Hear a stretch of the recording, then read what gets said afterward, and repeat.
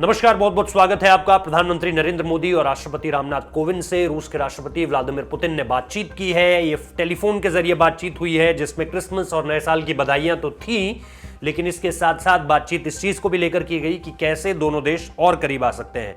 आपको हमेशा से, मैं जब भी इस तरह के वीडियोस करता हूं जिसमें रूस और भारत का जिक्र रहता है, तो हमेशा बताता हूं कि कैसे जो है रूस और भारत जो है एक ट्रेडिशनल पार्टनर रहे हैं, और इन दोनों की जो गहरी दोस्ती है उसको लेकर के दुनिया ने कई उदाहरण ऐसे देखे हैं, जबकि पूरी दुनिया जो है भारत के खिलाफ हो गई, जिसमें मैं पोखरण का उदाहरण बार बार देता हूं। अमेरिका कैसे नाराज हो गया था। और इसके साथ साथ एक देश जो भारत के साथ हमेशा खड़ा रहा, एक देश जिसने भारत की हर परिस्थिति में मदद की है। वैसे तो आप दो देशों का नाम ले सकते हैं ऐसे दुनिया के, लेकिन फ्रांस का नाम लेते लेते आप ये मत भूलिए कभी भी कि रूस भारत के साथ हर तरह की परिस्थिति में खड़ा रहा है।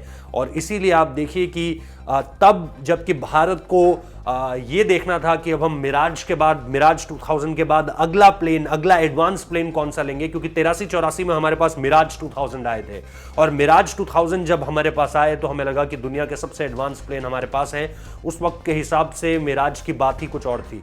लेकिन उसके बाद हमने जब अगली जनरेशन के प्लेन्स को लेने की बात की तो हम वापस फ्रांस की तरफ नहीं गए, हमने रूस का रुख किया और हमने लिए सू-30। जी हां, जिसे फिर हमने MKI में बदला, यानी मार्क्ड इंडिया। और सू-30 सुखोई 30 को जब हमने लिया तो हमने रूस का रुख किया। और उसके बाद हमारी जो डील्स हैं, खास तौर पे आर्म्स एंड इनोवेशंस को लेकर, वो रशिया की तरफ फोकस ज्यादा हो गई। आज हम चाहे S-400 मिसाइल्स की बात करें, इसके अलावा अगर हम गन्स की बात करें तो हम सिर्फ एक तरफ देखते हैं, वो है रशिया की तरफ। और इसके अलावा हम टैंक्स को लेकर भी जब बात करते हैं तो रशिया का जिक्र बहुत ज्यादा अहम हो जाता है। तो ऐसे में जब रशिया हमारा साथ लगातार देता आया है तो हमें इतिहास को नहीं भूलना चाहिए। और इसीलिए रूस को लग रहा है कि भारत जो है अमेरिका की तरफ ज्यादा होता चला जा रहा है, क्योंकि अभी आपने देखा कि हमने बोइंग्स लिए, जो कि प्रधानमंत्री और राष्ट्रपति के विशेष विमान है, वो अमेरिका की तरफ से आए। आने वाले साल जो 2021 का साल लगेगा, यानी आज जब मैं वीडियो कर रहा हूं तो 2020 का आखिरी दिन है, 31 तारीख है, तो ऐसे में रोमियो हेलीकॉप्टर्स अगले साल हमारे पास आने वाले हैं, जो कि भारतीय नेवी के लिए होंगे। इसके अलावा हमने AH-64 अपाचीज लिए, वो भी हमें अमेरिका की तरफ से मिले हैं। और आने वाले समय में भी ऐसी कई डील्स हैं जो कि हमें अमेरिका की तरफ से मिलने जा रही हैं, जिसमें जैसा मैंने आपको बताया रोमियो हेलीकॉप्टर सबसे ज्यादा अहम होने वाले हैं भारतीय नेवी को देखते हुए।